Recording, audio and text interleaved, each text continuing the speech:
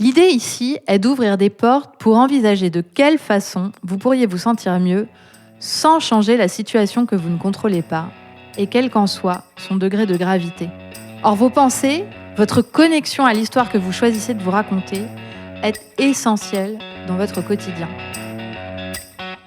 Bienvenue à toutes les femmes ambitieuses. Vous écoutez l'épisode 123 et aujourd'hui je vous parle de la résistance au changement. Je m'appelle Jenny Chamas, je suis master coach certifiée, femme ambitieuse et le premier podcast sur le leadership en France. Ici, j'aide les femmes à dépasser les obstacles pour réaliser leurs rêves et devenir de meilleurs leaders. Pour me soutenir dans cette mission, abonnez-vous au podcast et laissez un avis 5 étoiles sur la plateforme de votre choix. Mille merci. Aujourd'hui, je voudrais vous parler d'Estelle Ballot, la créatrice du podcast du marketing. Vous la connaissez sans doute, je suis intervenue sur son podcast pour parler de savoir se vendre. Estelle, cette spécialiste du marketing, propose une formation gratuite dans laquelle elle partagera 3 stratégies digitales indispensables pour les indépendants ou comment attirer ses clients sans les démarcher. Dans cette formation, vous apprendrez comment vous positionner en tant qu'experte dans votre domaine et asseoir votre crédibilité, quel est le meilleur moyen d'être visible sur le net et quel est le super pouvoir qui manque à la majorité des indépendants. Alors, si vous êtes indépendante, que vous avez envie de vous perfectionner sur ces sujets-là, eh bien, foncez sans hésiter, car ce qu'enseigne Estelle Ballot est d'une grande qualité. Vous pouvez vous inscrire gratuitement sur le podcastdumarketing.com/masterclass. Vous verrez que plusieurs dates sont disponibles, mais ne tardez pas, les places sont limitées. Vous trouverez le lien sur les notes de cet épisode. J'espère que je vais pouvoir enregistrer sans que vous entendiez la musique de mon voisin, parce que oui, ici, les murs sont fins.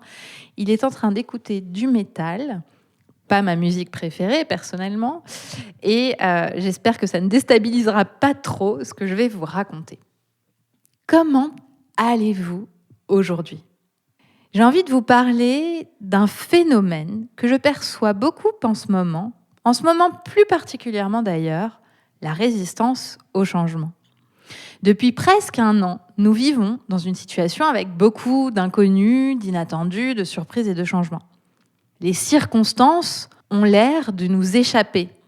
Un jour, nous sommes libres de nos mouvements, nous travaillons normalement. Le lendemain, nous sommes assignés à résidence avec les enfants à la maison, en télétravail. Un jour, nous sommes sains, le lendemain, nous avons un virus qui nous cloue au lit pendant on ne sait combien de temps.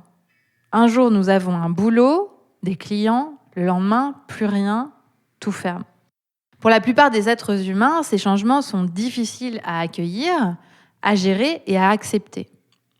Et j'ai remarqué que pour toutes celles d'entre vous qui sont des perfectionnistes endurcis, c'est encore plus dur.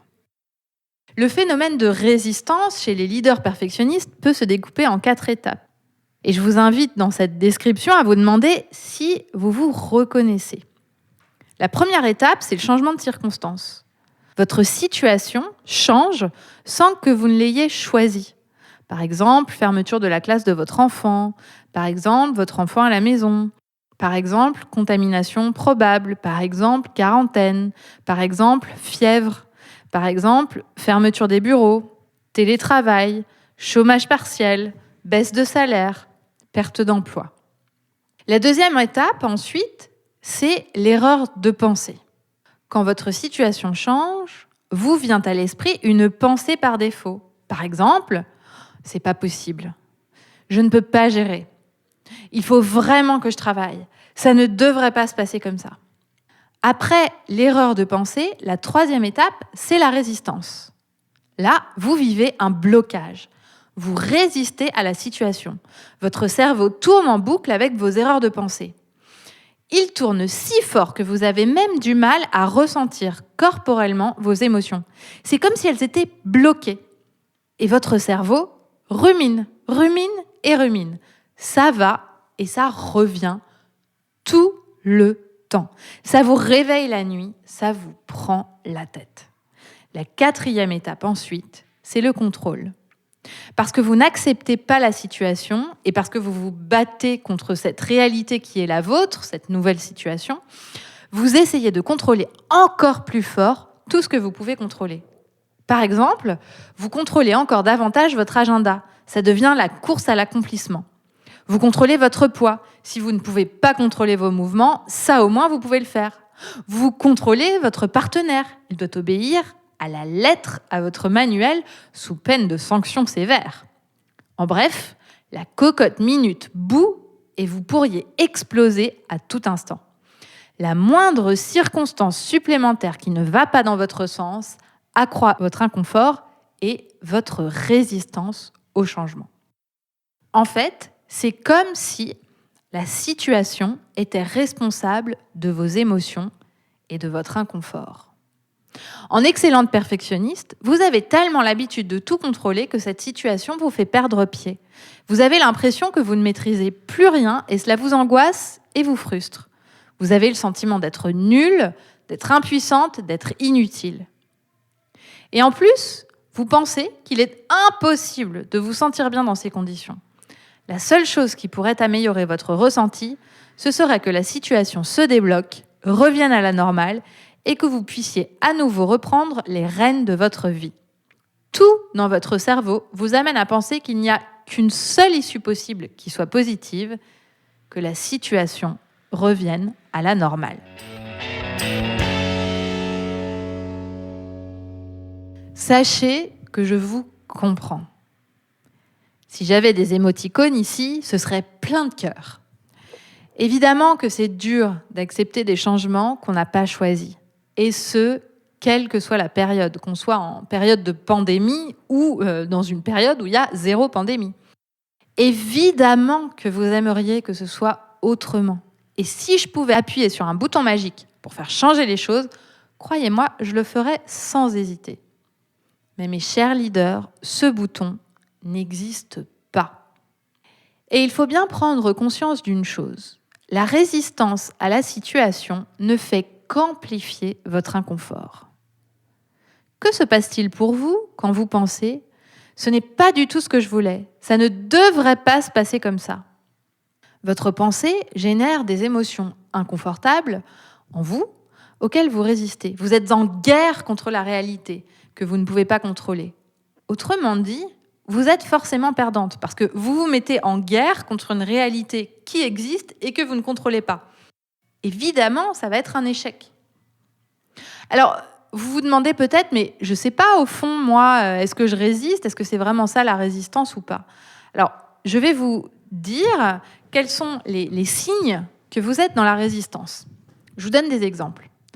Par exemple, cela vous vexe ou vous énerve quand votre entourage prend les choses avec plus de recul. Vous essayez à tout prix de trouver une solution, vous vous activez plus que de raison, comme pour forcer la situation. Ou alors, vous ne voulez pas entendre parler du sujet, vous éludez complètement. Vous êtes à fleur de peau car vous résistez à la situation et également à vos ressentis, vos émotions. Vous n'ouvrez pas la porte au lâcher-prise, alors vous êtes sous tension permanente. Et bien sûr, vous n'êtes pas dans ces conditions-là la leader que vous voulez être. Il existe une alternative qui peut rendre votre expérience meilleure. Que la situation revienne à la normale ou pas, vous avez tout intérêt à envisager d'autres façons d'accueillir le changement, tout simplement parce que ça va vous soulager. Et la vie est faite de changements. Et que les changements n'arrivent pas seulement lors d'une pandémie. Et aussi, votre façon d'y réagir façonne votre expérience de vie. Je vous propose donc 3 manières pour vivre le changement qui sont plus en accord avec votre corps et votre esprit sans résister à ce qui est en train de se passer. La première piste que je vous propose, c'est le lâcher-prise. C'est accepter que la situation ne vous plaise pas. C'est accepter que vous ressentez des émotions négatives et c'est les ressentir pleinement, les laisser être là, les laisser vous envahir le temps que la vague passe. Cela ressemble à pleurer quand vous êtes triste. Cela ressemble à crier seul dans votre coussin quand vous êtes en colère. Cela ressemble à vous recroqueviller dans votre lit quand vous avez peur. Cela ressemble à sentir votre gorge se serrer, votre ventre se nouer et tout simplement à respirer. Et gardez à l'esprit que ce n'est qu'une émotion, une vibration dans votre corps qui va passer. Incarnez vos émotions plutôt que d'y résister. Accueillez-les, vous avez le droit de les ressentir. Et l'inconfort, croyez-moi, ne tue pas. Cela vous permet de processer le changement. Votre corps a besoin de s'exprimer. Ça peut ressembler, par exemple, à dire que ça ne va pas, prendre le temps de vous reposer. Ça peut être parler à vos proches. Accepter que là, tout de suite, vous ne pouvez pas mieux et que ce que vous décidez de faire, c'est de ressentir pleinement vos émotions sans tenter de les contrôler ni de contrôler la situation. Je sais que la plupart d'entre vous se disent que si vous vous autorisez cela, vous abandonnez l'idée que la situation puisse changer. C'est comme si vous vous démobilisiez en quelque sorte. Or, il s'agit de deux choses totalement différentes et parallèles. 1, votre cerveau envoie des signaux électriques à votre corps, donc les pensées, qui génèrent des émotions que vous accueillez. Donc, vous laissez votre corps fonctionner naturellement. Une émotion n'empêche pas la mobilisation. En revanche, la résistance vous donne l'illusion du contrôle et la pression monte dans la cocotte minute. Accueillir vos émotions, c'est en fait enlever la pression, enlever le bouchon de la cocotte minute et laisser s'échapper la vapeur. La deuxième étape, c'est l'action. Si vous pouvez faire quelque chose pour changer la situation, agir par pression, par tension, n'est jamais une bonne idée. En revanche, accueillir l'inconfort et retrouver votre ancrage vous donnera plus de recul pour aborder une éventuelle action. Donc, la résistance ne vous aide en aucun cas à agir de la meilleure des façons. La deuxième piste que je vous propose, c'est de prendre les rênes de votre périmètre de contrôle et de lâcher la résistance. Vous ne pouvez pas contrôler la situation extérieure à vous. La preuve, c'est que malgré votre envie et malgré vos efforts, vous ne parvenez pas à la faire changer. Je pense que communément, avec toute notre envie et l'énergie qu'on met à se dire qu'il faudrait que cette pandémie arrête, on voit bien qu'il ne suffit pas de le vouloir pour que ça se passe. En revanche, vous contrôlez ce que vous pensez de cette situation, les émotions qui découlent de vos pensées et la façon dont vous vivez cette situation. Ça n'a l'air de rien à première vue, mais ce que vous choisissez de vous dire de la situation change radicalement la coloration de vos journées. Quand vous pensez « ce n'est pas du tout ce que je voulais », vous ressentez de la frustration, de la déception, de la colère, de la peur. Et c'est avec ces émotions que vous abordez la journée. Quand vous pensez « on va faire avec », vous ressentez de la résignation, un peu plus léger que la pensée précédente. Quand vous pensez « oh, quelle expérience de vie », vous ressentez de la curiosité, de la surprise. Quand vous pensez « c'était peut-être le bon moment pour moi que les choses changent », vous ressentez de l'ouverture. Chaque pensée offre une nuance émotionnelle de taille. Cela ne résout pas la situation, mais en revanche, cela change radicalement l'expérience que vous faites de cette situation. Cette expérience est entre vos mains. Apprenez à jouer avec les mots. Enfin, la troisième piste est de vous approprier l'histoire. Et je vous avoue que cette piste-là, c'est ma préférée. Parce qu'à force d'entraînement, elle est devenue une seconde peau qui me fait gagner un temps fou. À chaque situation qui se présente et qui ne correspond pas à ce que vous auriez souhaité initialement, quand vous êtes passé par les deux étapes précédentes, c'est-à-dire d'une part le lâcher-prise et d'autre part prendre les rênes de votre périmètre de contrôle, eh bien, je vous invite à envisager de quelle façon cette situation se produit pour vous. Autrement dit, quel message elle vous envoie? Pour quelles bonnes raisons ferme-t-elle certaines portes? Et quelle autre porte ouvre-t-elle? Par exemple, Si l'un de vos collaborateurs démissionne du jour au lendemain, vous pouvez choisir de penser que, même si rien ne l'indique, c'est pour le meilleur. Un autre arrivera qui correspondra à vos besoins. Si la maison que vous vouliez ne se vend plus, vous pouvez choisir de penser que c'est parce que la vie vous fait un cadeau. Il y avait sûrement un vice caché et vous avez confiance, vous trouverez mieux plus tard. Si vous perdez votre emploi, vous pouvez choisir de penser que la vie vous envoie un signe, celui qu'il était temps pour vous de changer.